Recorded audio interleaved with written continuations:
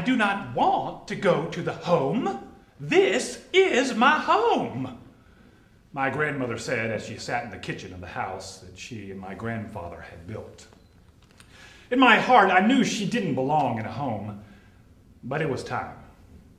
Jenny, my mom's mother, for as long as I had known her, was the epitome of a Southern belle. Beautiful, polite, charming, and intelligent, but tough as nails when she had to be.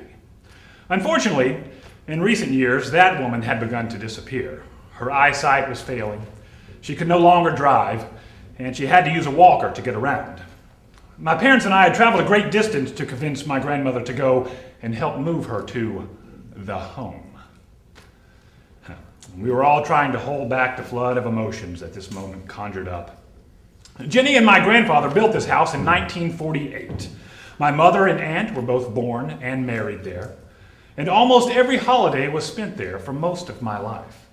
1355 Main Street.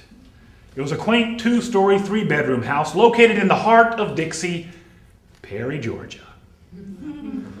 It was built of red brick, had a red front door, and a large pecan tree in the front yard, flanked on either side by soft and elegant magnolias. Every time I traveled there, I felt as if I was stepping back in time to a time of Southern romanticism. As I grew up, I thought of my grandmother's house as Tara, and she and my mother and aunt were characters right out of Gone with the Wind. The minute we walked through the front door, the angelic Southern drawls would flow like molasses. "Why, Jackie, I love your dress. Wherever did you find it?" "Oh, this old thing? It's just something I've had for a while." "Well, Barbara is right, Jackie. It is just stunning." Then they would go their separate ways, and I would laugh as I heard my Aunt Barbara say, "That dress is just horrendous." Just like the movie. I was born in this house, and as I grew up, it and my grandmother formed the foundation upon which I would build my identity. My mother, while 8.5 months pregnant and living in Tallahassee, Florida, wanted to visit her mother one last time before I was born. So she convinced my father to take her home to Georgia. And as fate would have it, I came early and was born in the bedroom where my mother grew up. My being born in this house in Perry was, according to my grandmother, the reason for every good thing in my life. "You know why you are so good looking?" she would ask. "Because you were born in Perry." "You know why you are so smart?" "Because you were born in Perry." "You know why you are so tall?" I finally began to catch on. "Because I was born in Perry?" "That's right, and don't question it. It's a fact," she would say, scolding me for being uncertain. One summer, my sister made friends with another young girl in the neighborhood named Annalisa. I did not like Annalisa. She and my sister would pick on me because I was younger and wore glasses and was a little uncoordinated. So in an effort to show my displeasure with her, and because she was a little overweight, I began calling her Annie Fats. I would walk around my grandmother's house and tease my sister about her friend, Annie Fats, fatty, fatty, Annie Fats. I never dared say this in front of Annalisa. However, towards the end of that summer, in the living room of my grandmother's house, Annie Fats was teasing me about my glasses, and I had had enough. "Oh yeah? You want to know what I call you? I call you," and just in that moment, my grandmother grabbed me by the back of the neck and dragged me into the kitchen. "You do not say things like that. I don't care if you don't have anything nice to say, don't say anything." "But no buts. You don't say things like that." A few years later, when I was 13, in glasses, braces, and with a face full of acne, my grandmother once again delivered a revelation that amazed me. I was standing in the kitchen of her house when she came in and said, "You know, you are a handsome man." What?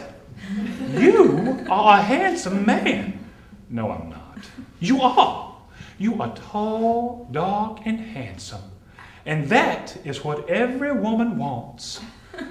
And you have a strong chin. That is a good sign. What are you talking about? I am talking about you. You are a handsome man. I still recite those words every time I get a pimple or have a bad hair day. You are a handsome man.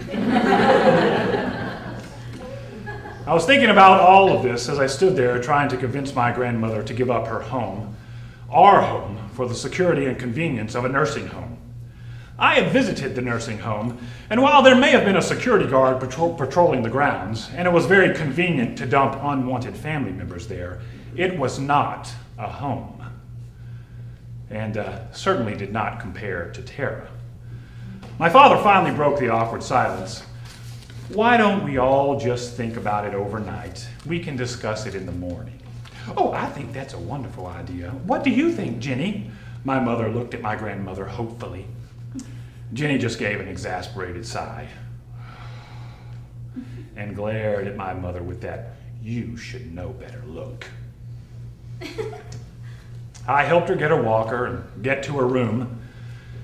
In the morning, my grandmother was suspiciously absent from breakfast, and as the morning ticked ever slowly towards afternoon, we began to get concerned.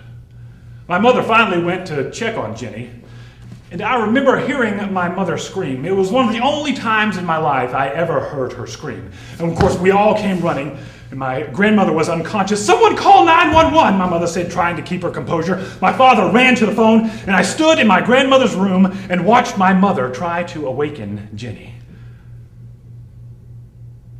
She did eventually talk to my mother, but it was obvious by her conversation she was not lucid. She kept talking to people who weren't there and mentioning lights and smells. My mother asked if she wanted to talk to me. Her face lit up. Yes, I would very much like to talk with Mac." My mother looked at me, and I cautiously crept towards her bed. "Hi, Jenny." She looked at me, and her face shone like the morning sun. She held out her hand. I looked at my mother, and with tears rolling down her cheeks, she nodded. I took my grandmother's hand and kissed it. And she smiled. "Mac?" "Yes." "Mac?" "Yes." "Do you remember when we built this house?" I realized in this moment she thought I was her husband, my grandfather, for whom I had been named. I didn't know what to do. I looked at my mother, but she was crying. "Yes, I remember."